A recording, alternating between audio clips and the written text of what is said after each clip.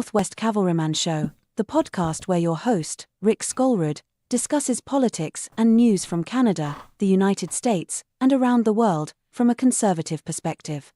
Warning: professionally offended people and liberal crybabies may be triggered. Viewer discretion is advised. While we put the finishing touches on this podcast, you are invited to visit the show notes.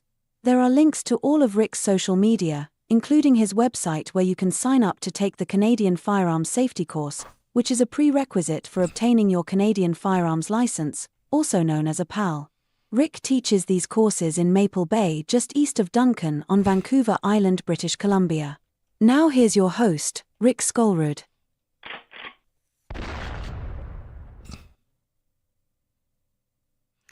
Hello everybody, and welcome to my live stream, the Thursday night live stream, where this night we're going to be probably talking about a whole bunch of stuff. No, I do not want to stop the stream. I guess I moved something, hit something by accident. So there's been a lot going on in Canada over this past week. Well, this past couple of months, I guess. Yeah. Hello, Tracy. How you doing?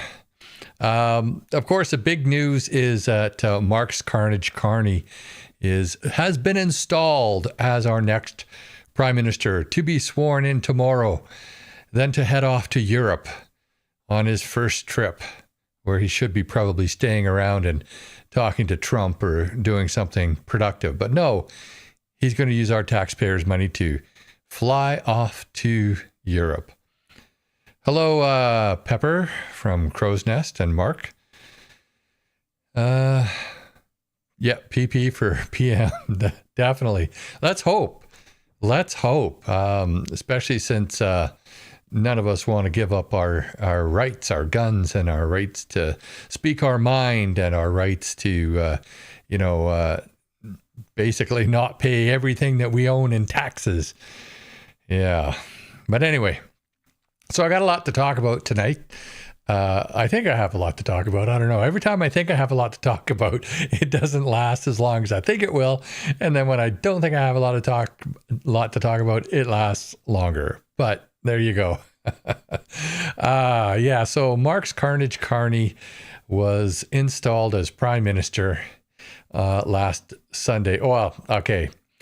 Installed as the Prime Minister-elect or the Prime Minister-designate. I don't know how to put that.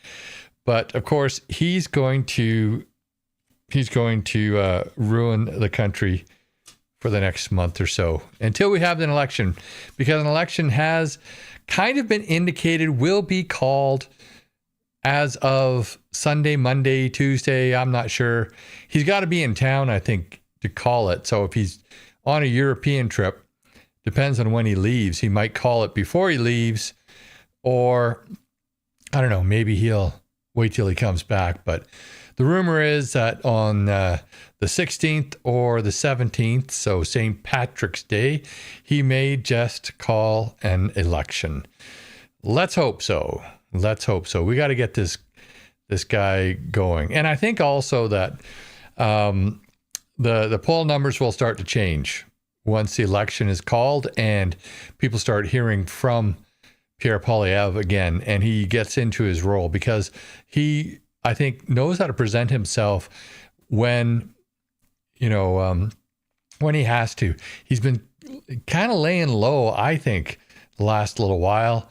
Or maybe it's the mainstream media just not covering him, which I think was probably more of the case, but they won't be able to cover him or not cover him. I definitely hope they have at least one English debate, and I'd like to see it being done, maybe out west, maybe, since they're both claiming to be Albertans, maybe they should have it in Calgary or, Red Deer or someplace. That would be actually awesome if they actually came out west, paid a little bit more attention to us Westerners than they do to everybody back east. Not that I have anything against y'all. I just think that they should pay a little bit more attention to the people out west here once in a while. because that's a lot of it is why we have this divide in our country. We have this divide because the politicians don't seem to care about us out west. They get to Ottawa and everything seems to revolve around Ontario and Quebec and a little bit of the Maritimes because they have so many seats. They have more seats per capita than out west here. So it seems to be more important to them, which I think that they should change that philosophy up. So, he's not doing very well in the press, I don't think. Marx Carnage Carney, I'm talking about now, because I think that what's keeping his poll numbers alive and what's keeping kind of the momentum behind him is the fact that he's hiding like Joe Biden did during his first election. He's not really out in the public, and he's not taking a lot of questions from press scrums. You see him walking away all the time from the press. And when he does have an interview, it's one-on-one with one press guy, and he's not really doing too well there either. So keep it up, Marx, because we really don't want you in there anyway. But he's been installed, and I think that it really shows us that we need to look at some reform in our system. I think that once a prime minister decides to resign, that there should automatically be an election. None of this wait till the next leader is, selected and installed. But also, I don't believe that an unelected prime minister should be installed. Just like I don't believe that an unelected minister should have that job either. But of course, we have this messed up system that allows for unelected prime ministers and unelected ministers. And, I'd known this in the past, but I'd kind of forgotten about it. And now that it's become a reality again, it's really not sitting too well with me.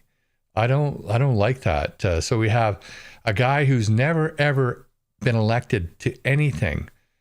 He's not elected to the House of Commons. He's never been elected to government.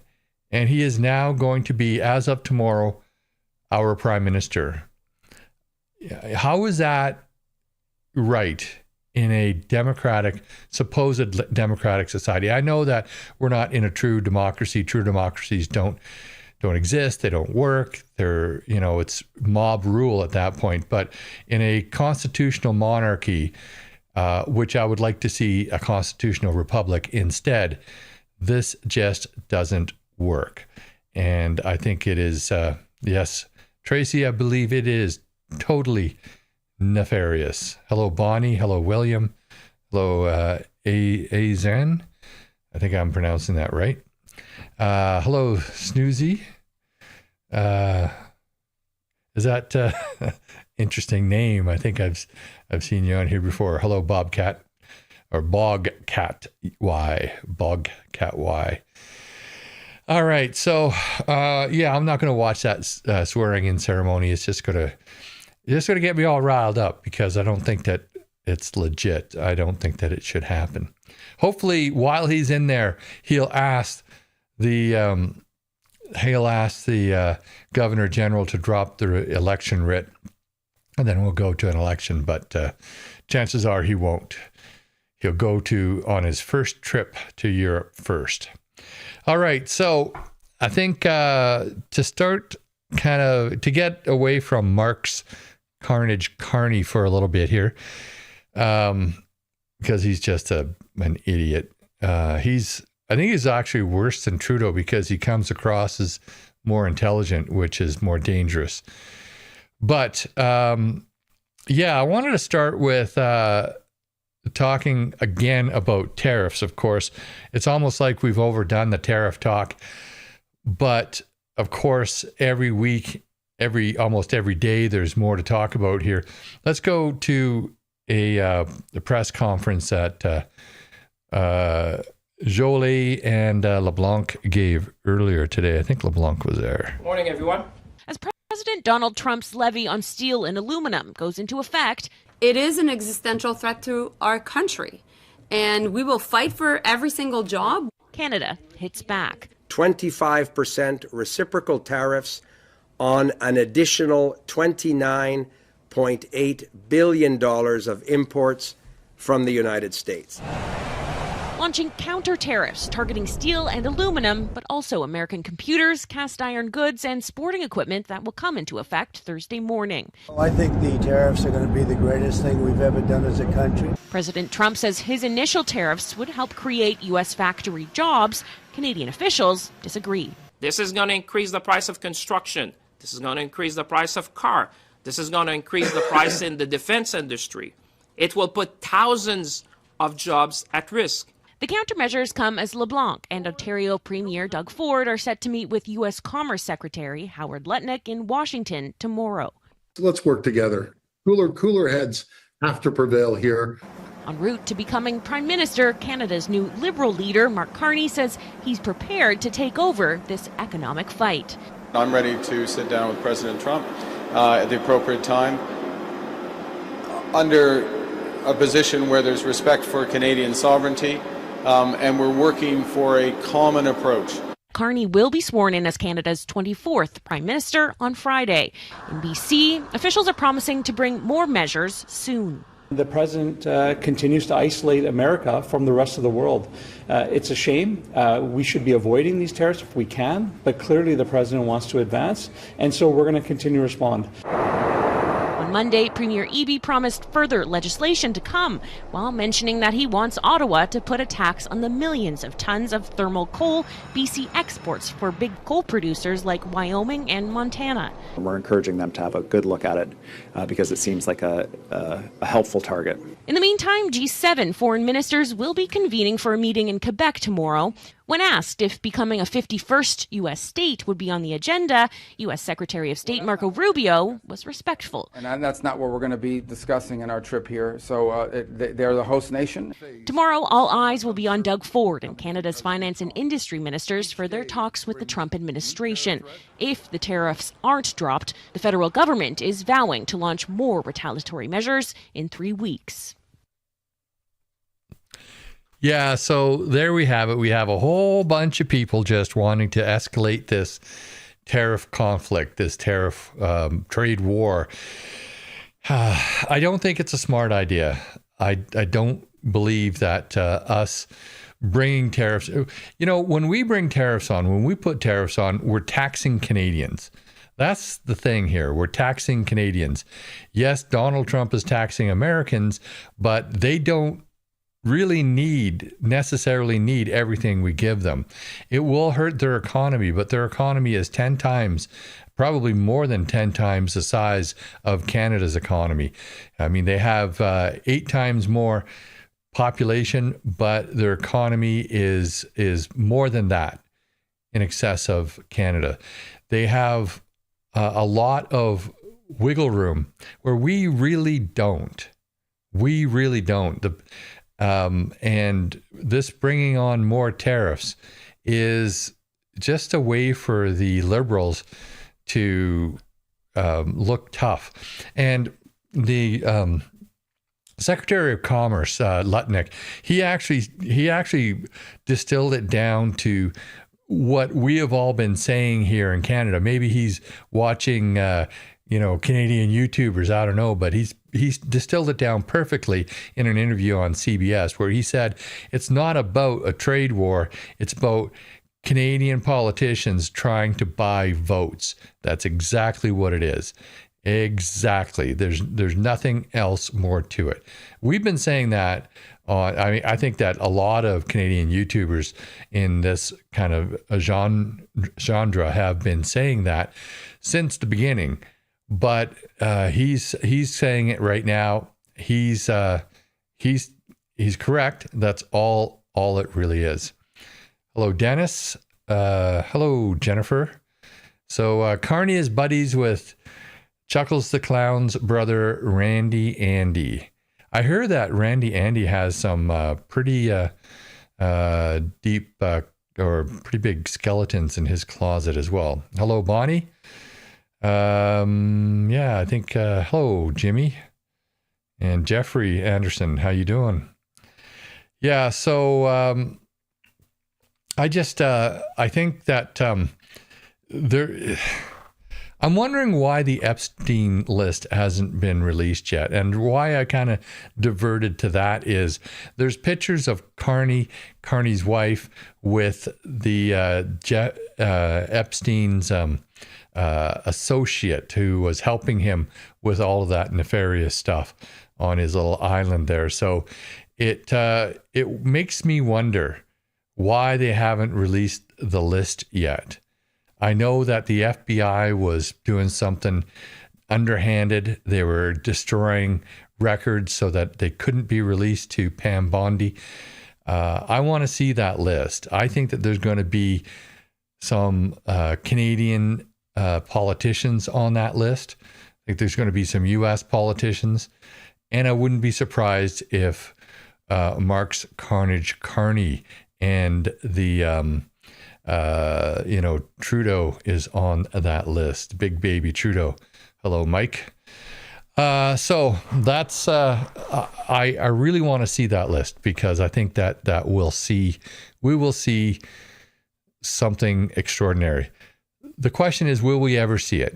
Will they recover those records that have been lost?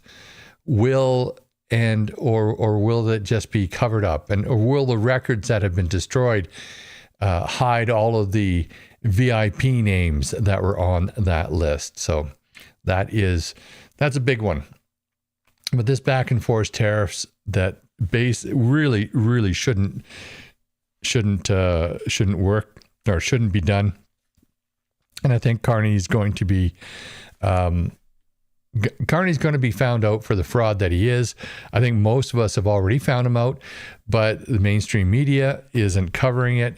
And there's so many Canadians who just don't follow it too closely. That's my opinion on that.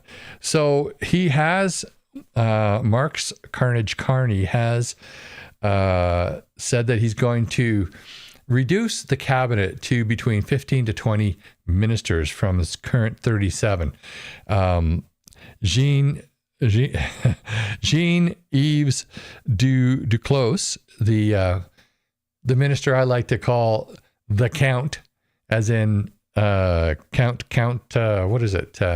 He from Sesame Street. Yeah, he's always counting on his fingers. I did a video where I actually superimposed the Count from Sesame Street over his face. It was, I thought it was funny. I don't know. Maybe nobody else did, but, but anyways, he's not going to be in the cabinet. Stephen Guilbeault is being moved. He's no longer going to be the environment minister. There was rumors that he's not going to be in cabinet anymore, but the report that I saw was that he's going to retain a cabinet position, just not as environment minister.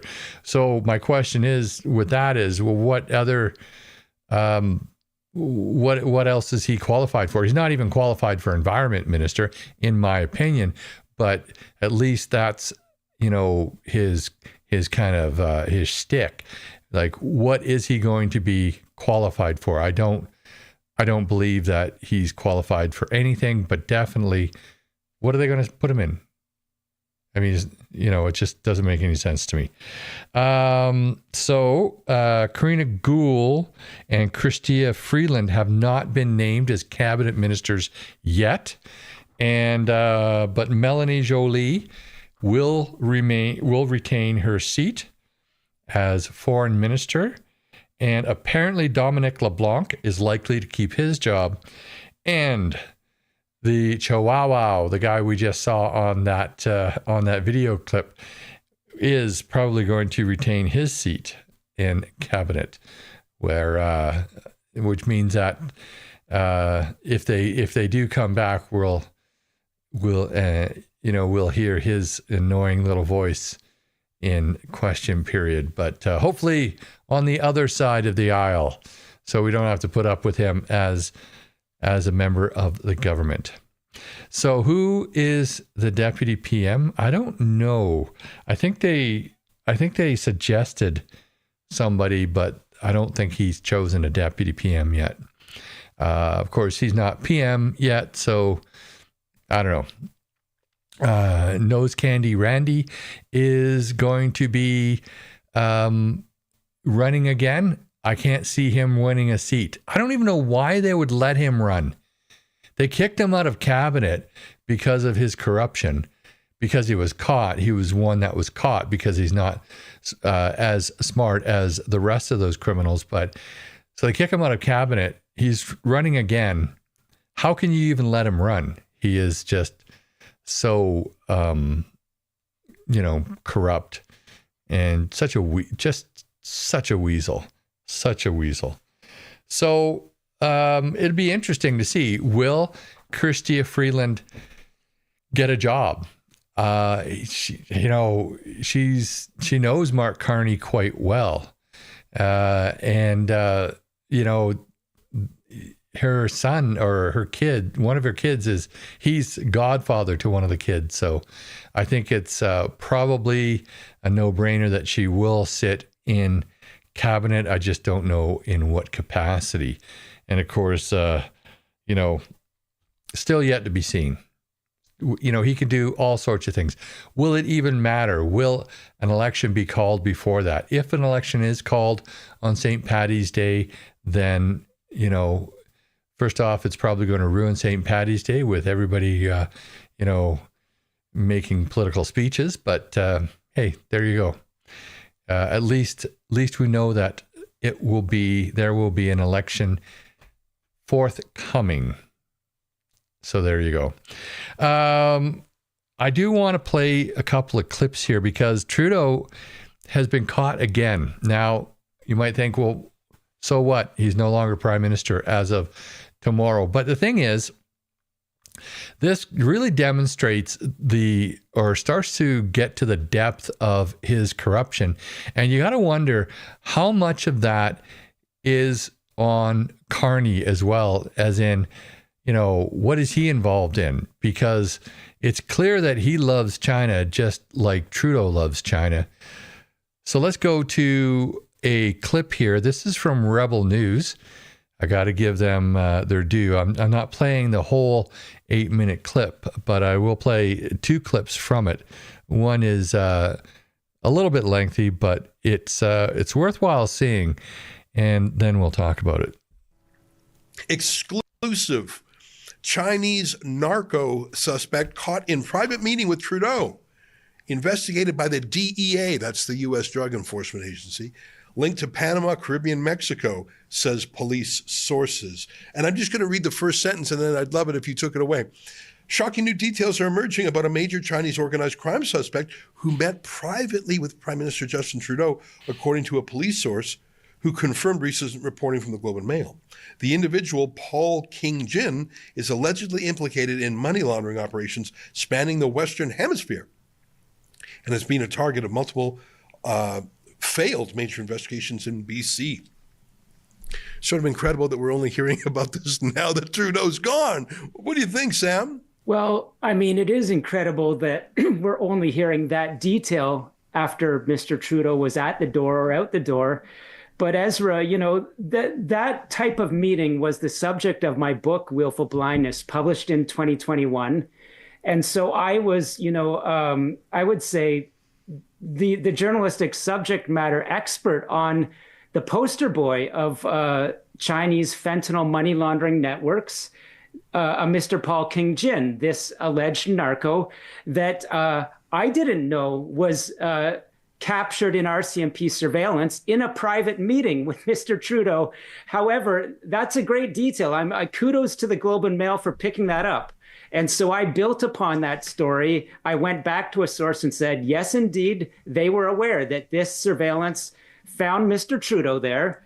But what I did know, Ezra, was that I have reported for years that another individual in that private meeting is a senior former People's Liberation Army official. I know you know something about PLA officers coming to Canada and the concerns that raises. Well, look, even if you're a former PLA officer, CSIS will track you in Canada. The RCMP will track you. And so I knew that this extremely powerful, wealthy PLA veteran is believed, and I'm not going to name the name in this broadcast, but is believed by Canadian police intelligence to be involved in sort of security networks tied to Beijing that are involved in interoperability with Chinese organized crime. And again, let's focus on Mr. Jin. My information, which I added in this story, is that he's a frequent flyer. He's going down to Mexico. He's going down to Panama, which, as you know, Panama is of great concern to the U.S. government for Chinese influence, alleged Chinese illicit financial activity. This man, Paul King Jin, involved in alleged human trafficking, sexual prostitution, activities in a hotel in Richmond, not specifically this hotel.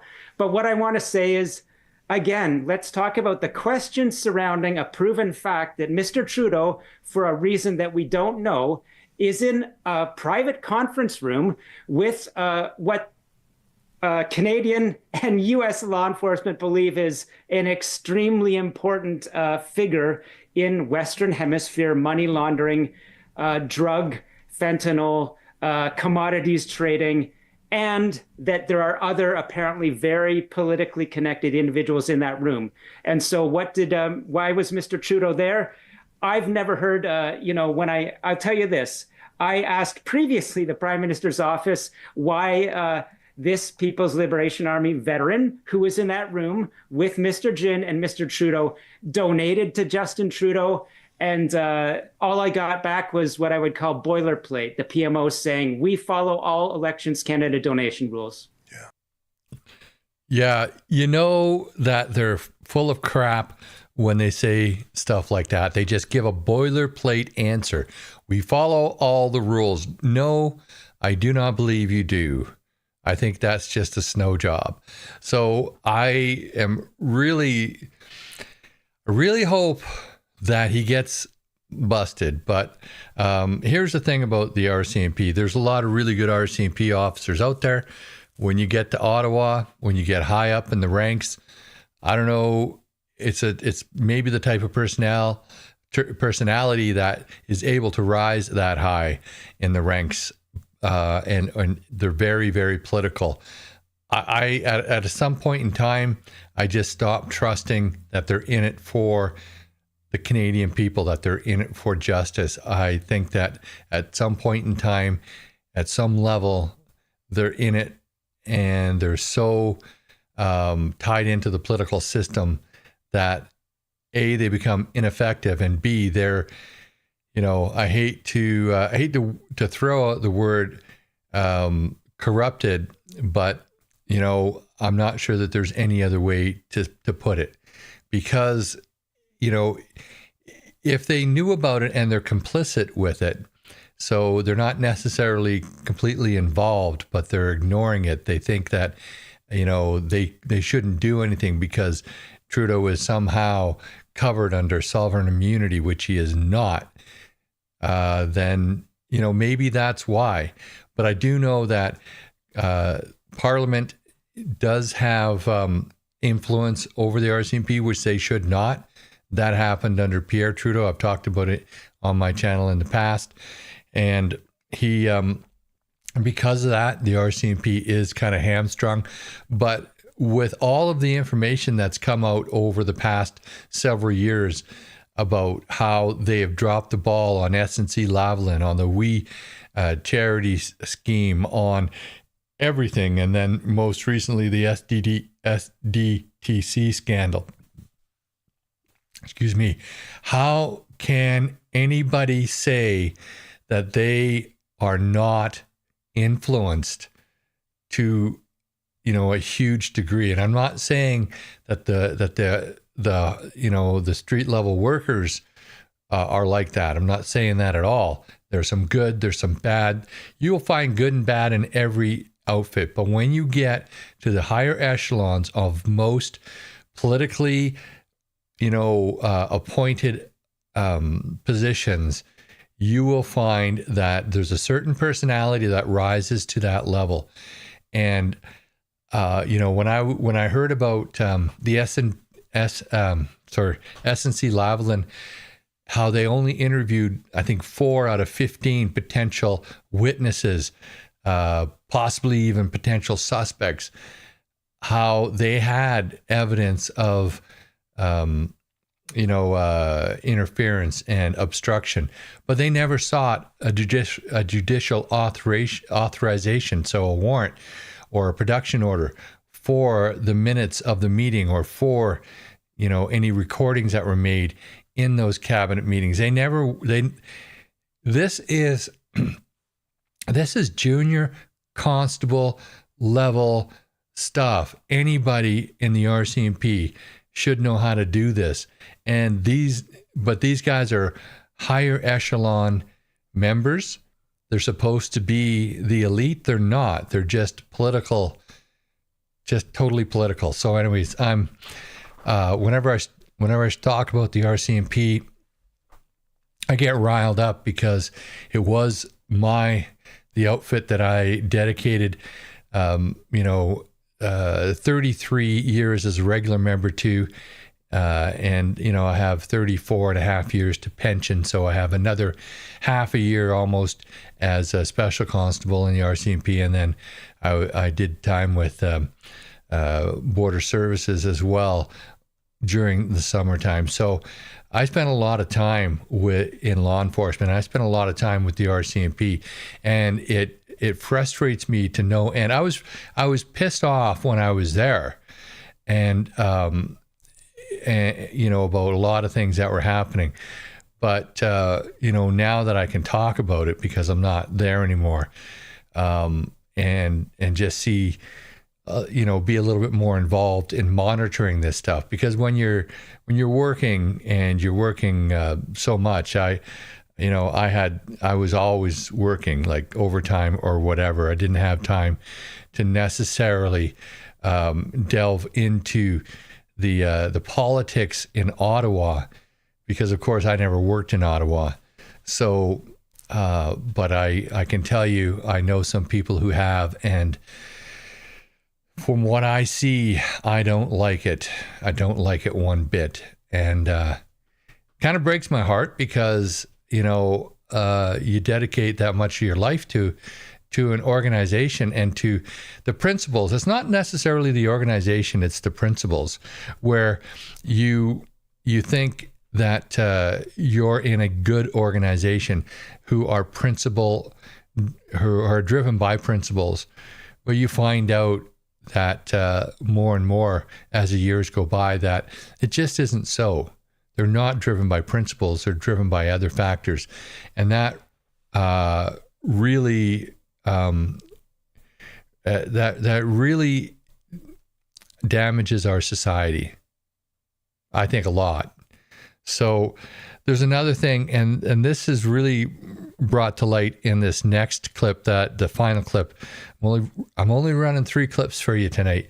This final clip, and it is from that same interview from Rebel News, but it is a little later on, and I wanted to talk about that afterwards because it does make a very good point. It stinks a lot. And Ezra, I can tell you, because I have the capacity to talk to law enforcement experts in Canada and the United States at a high level. Look, again, I'm not specifically a critic of Mr. Trudeau, but I can tell you with 100% confidence, my sources, and I've now quoted them, say that there are more than one meetings of Mr. Trudeau with known Chinese organized crime suspects, and these come in the context of political donations meetings.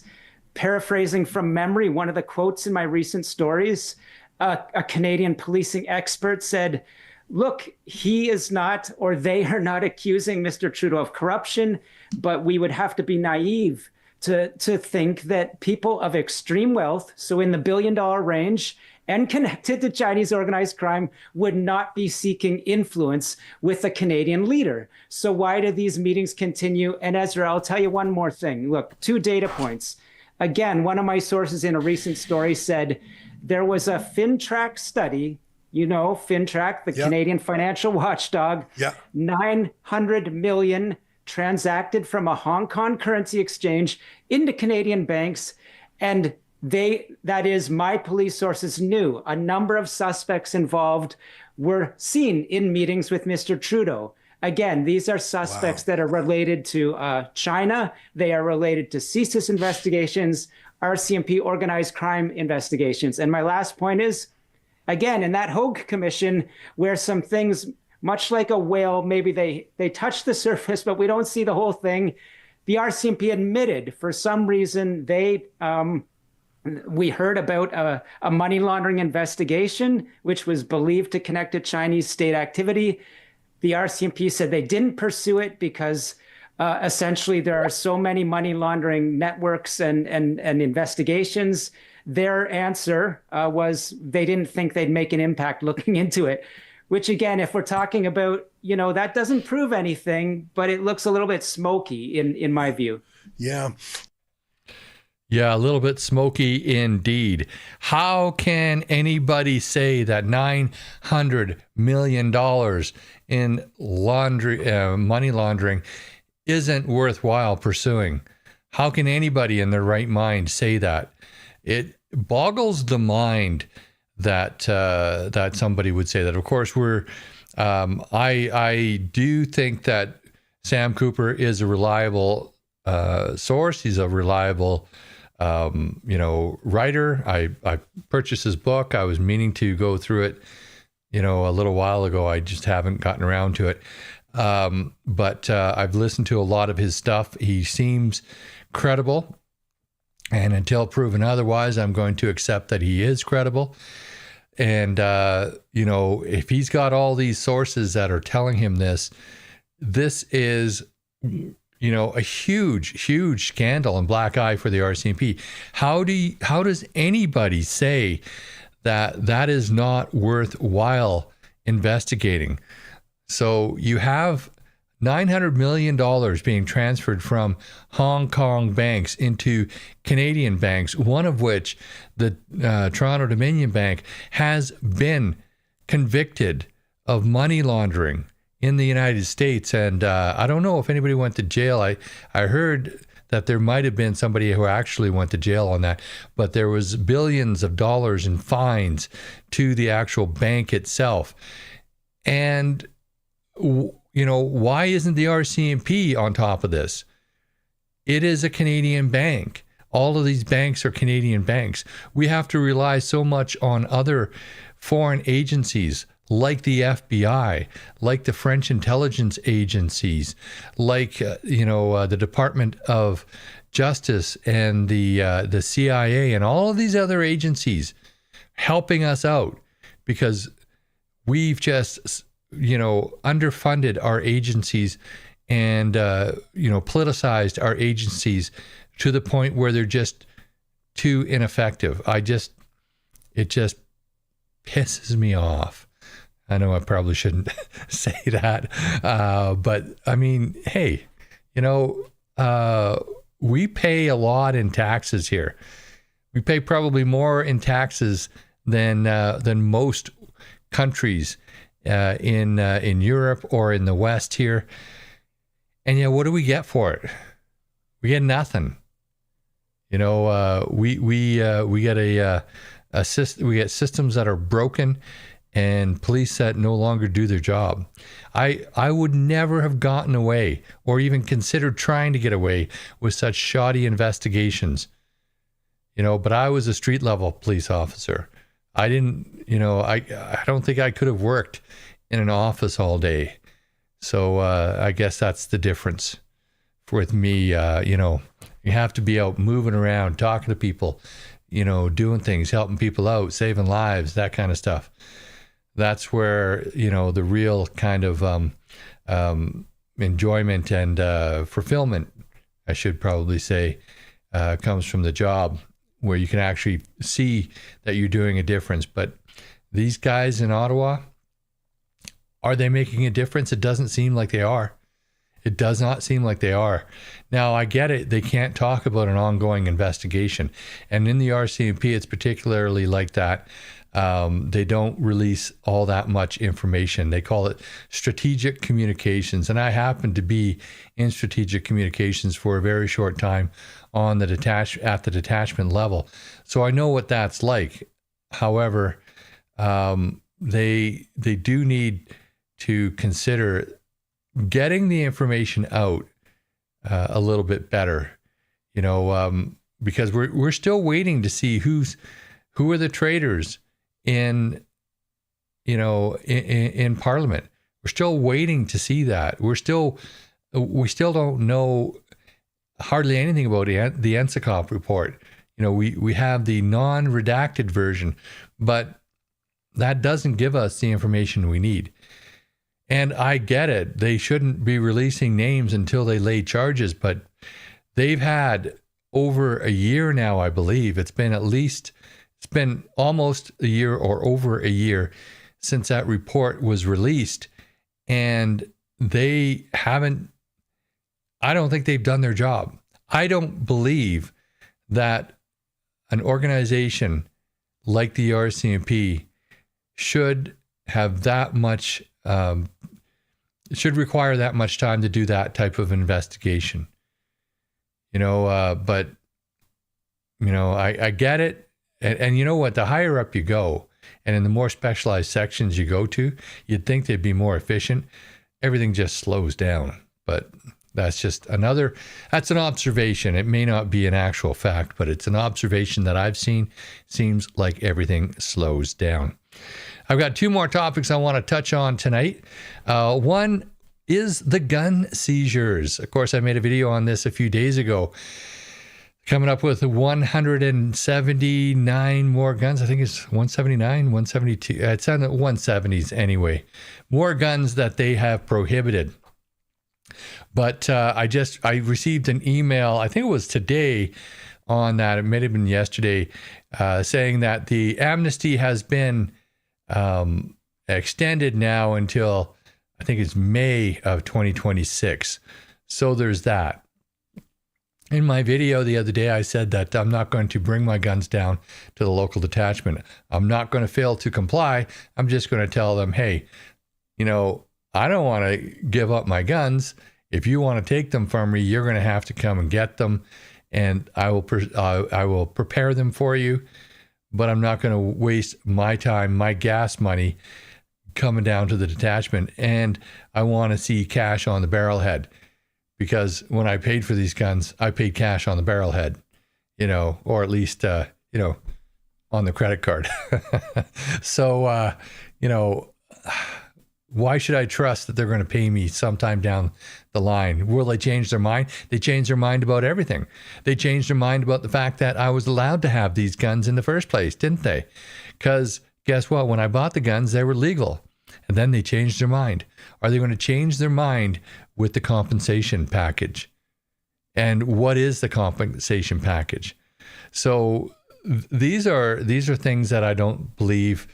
I don't trust them, and I definitely I don't think that we should. I don't think anybody should trust them. As a matter of fact, if I could get the word out that everybody should comply, but don't make it easy for them. Make them come and pick them up. Because one thing, you need an authorization to transport, and even to bring your firearms to the police. They can say, well, we're going to give you, a pass on this one, but do you want to trust them? I don't trust the government. So, and that's a hard pill to swallow when you've worked for the government for as long as I have. But why should we trust them? They're stealing our property. So I want to talk about that a little bit more, and about the guarantee of rights and freedoms. So from the Charter of Rights and Freedoms, it states, the Canadian Charter of Rights and Freedoms guarantees the rights and freedoms set out in it, subject only to such reasonable limits prescribed by law as can be demonstrably justified in a free and democratic society. So what does that mean? Essentially, it means that they can curtail your rights, but they have to show that it is they have to logically prove that it's reasonable that they control your rights. So how does that apply to firearms? Because firearms ownership is not listed as a right, nor is property rights in the Constitution. However, what is listed is the right against unreasonable search and seizure. So it doesn't actually have to be a search, it's search and seizure. So depending on how you interpret that, it could be search or seizure. I know they use the word and, but I had one philosophy teacher in university that I disagreed with, but his argument was that and includes or. I disagree with that, but that was his argument. You know what? I think that we can maybe come to the reasonable conclusion that sometimes it does mean or. So can we demonstrably prove that this is reasonable? And the fact is they can't. They have not. They have not shown they've not shown the actual studies, the real studies that have shown that people use firearms more for self-defense than they use for criminal activity in the United States, and I would hazard a guess in Canada as well. So I have in the past, I think I've told this story online, so I'll just tell it to you again, just in case you weren't around, or maybe I didn't, because I know I did a video years and years ago on it and whatnot. But basically, when I was still a constable, so this was several decades ago, I was working in northern Alberta, and I had a 45. I still have it, actually. It's the first firearm I bought. And I took it down to the Lower Mainland to do some recreational shooting on my vacation. Of course, I complied with all the laws. It was locked up. It had a trigger lock on it. It was in a locked case.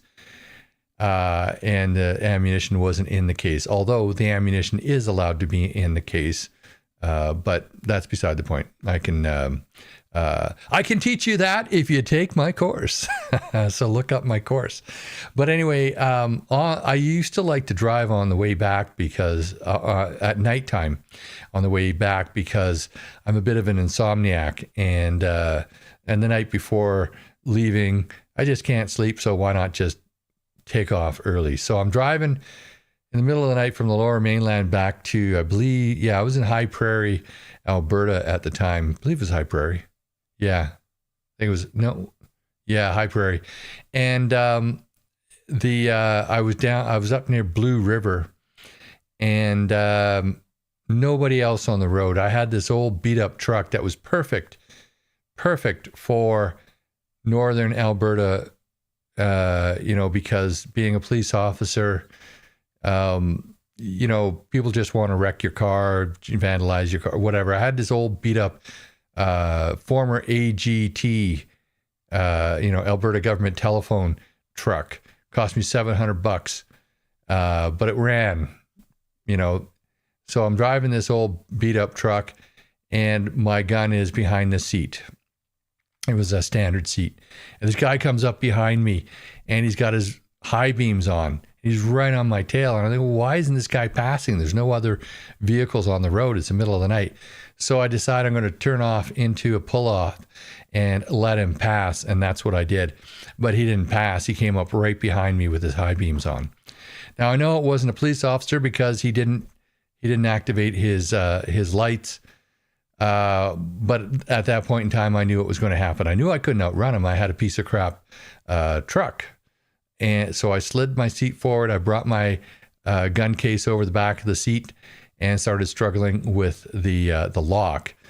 And, fortunately, the guy in the car didn't realize that it was going to be I probably wasn't going to be capable of getting my firearm into action, but he saw that box come over the seat and he took off.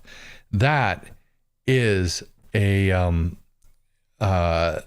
use of firearm for protection. It was not presented, it was not shown, but the presence of that firearm saved me from being robbed at the very least, and maybe worse. So it happens in Canada. It happens in Canada.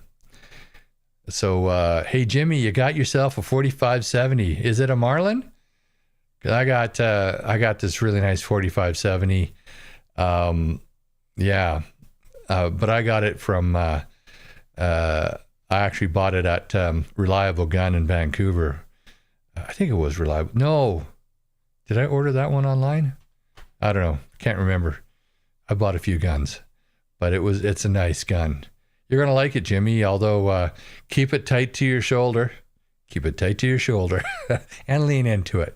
If you haven't shot one before. If you have, then you know what I'm talking about. So I don't have to give you any pointers. So anyway, I believe that even though the right to own guns is not set out in the Constitution, the right to property, the right to security of your property, and essentially because all rights are not granted by the government, they're granted, they're inalienable, they're natural rights. It's just what is recognized by, the Constitution or whatever. So I'll leave you with this. I'll conclude this topic with this. It's a portion from what I said, or last week. I rolled out a video. I kind of played a video that I'd pre-recorded of one of Ronald Reagan's speeches. And this is just a portion of it. Almost all the world's constitutions are documents in which governments tell the people what their privileges are. Our Constitution is a document in which we, the people, tell the government what it is allowed to do.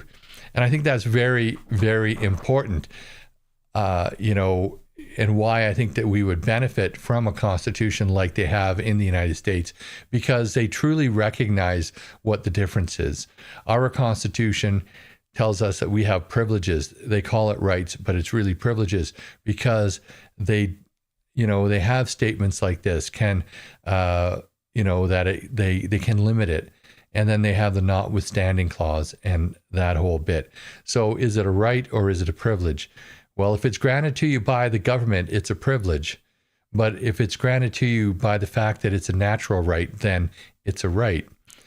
So I think that it's a right, and we should really look at it that way.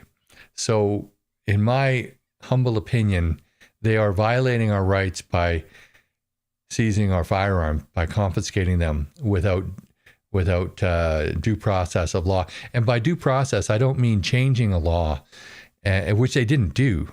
They just basically, it was a dictate. The little dictator wrote on a piece of paper that these guns are now prohibited. So it was a dictate, and so they didn't really change the law. They've been working on changes of the law, and they have changed some of those laws, but it was a dictate. But changing the law is not what due process of law means. Due process of law means that somebody did something where they are no longer trustworthy to have that right, and therefore they've gone to court and they've lost their right. So that's basically what I wanted to say about that. As you can see, I'm a little bit passionate about those rights as well. I'm kind of passionate about all rights. I saw my duty as a police officer, my first duty, and I think the duty of all police officers is the duty to protect people's rights, because essentially that's what you're doing. When you're arresting somebody for assault, you're protecting the rights of the person who was assaulted. When you're arresting somebody for theft, you're protecting the rights of the person who the victim of the theft was. And, you can carry on from there, but that's what laws are supposed to protect people's rights. That's what they're there for. And governments, that's what they're there for, primarily, if it's a correct, constitutionally, instituted government, like a republic, like the United States. Ours, though, we are not like that, because our government was formed in order to subject the citizens, because we are subjects. It was a way for the king not to have to do all of the heavy lifting, so he could, have other people do it. And then they eventually brought in the electoral process, so to make it seem like you've got rights, but it's really we're subjects of the king, which I don't like. I liked Queen Elizabeth, but I certainly don't like Chuckles the clown. And I think that we need to. We're overdue to become a republic in one way or the other. And I think you all know what I think. You've been around my channel long enough, where I think this is eventually heading, and what I think would be best for Western Canadians. So it would be good for Eastern Canadians as well. I just don't think it'll happen for anybody east of Manitoba. I'm sorry, I just don't think it will. I don't think that there will ever be support for it. And north of the border, I don't think there'll be support for it south of the border either, to be quite honest, unless there's a strong Democrat majority in both the Senate, the House, and the presidency. But anyway, thank you guys for tuning in tonight. I'm just going to go back, check the comments, and see what's happening. I guess the comments go back to about 1845. Senator John Kennedy from Mississippi. He's actually from Louisiana, and that just disappeared because can only hold so many comments here. Hello, Acorn. Dawn, how you doing? Chris Newton, how you doing? Doc D, how are you to protect yourself in the wild? Well, protecting myself in the wild, you're allowed to carry a firearm, but it's got to be a long gun, like a rifle or a shotgun, unless you have a special permit to carry a handgun. You can get those, but you have to work in the woods. Did they go into your residence and take firearms? I don't know who you're talking to, but they did not do that, because they have not sent me the letter inviting me to turn them in yet. Yeah, going through some of these. Pepper, Ronald Reagan, the scariest words you can ever hear is, I am from the government and I am here to help. That is correct.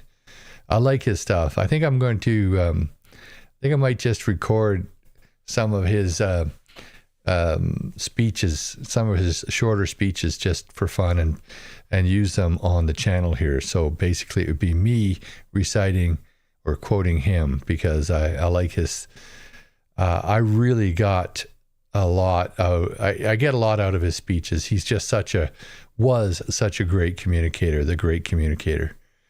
Yeah, so it's kind of scrolling down here. You spent a lot of days broke down on Blue River. Yeah. Yeah. So I also got covered in gas in Blue River once, I don't know, something about Blue River. That's when, a gas pump just kind of, decided not to work on me. In Texas, no lock boxes. Well, Jennifer, you know what? In a lot of the U.S. states, you are allowed to carry in your truck. So we are not allowed to have a loaded firearm in a motor vehicle, on a boat, or in a vessel or in an aircraft in Canada. So I know you're from Florida, right? Or are you from Texas? I don't know. So yeah, you can do that down there. You can't do that up here.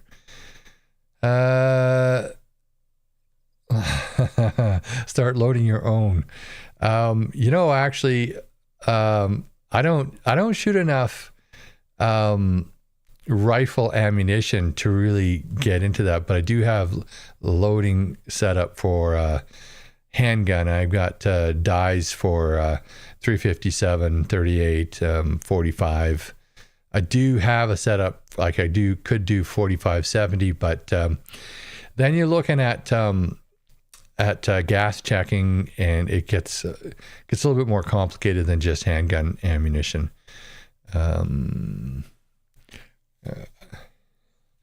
I use USA law when needed. I'm not sure what you mean by that, Acorn, but it's interesting. Hello, what's in your head? What do you think about Trudeau wanting to change role of the RCMP? I'm not sure what he wants to change the role to, but his dad really messed us up, so I'm sure that he wants to as well. But he's not going to be in long enough to. He's gone tomorrow, so he'd have to act very quickly. Oh wow, it's 7:00 already.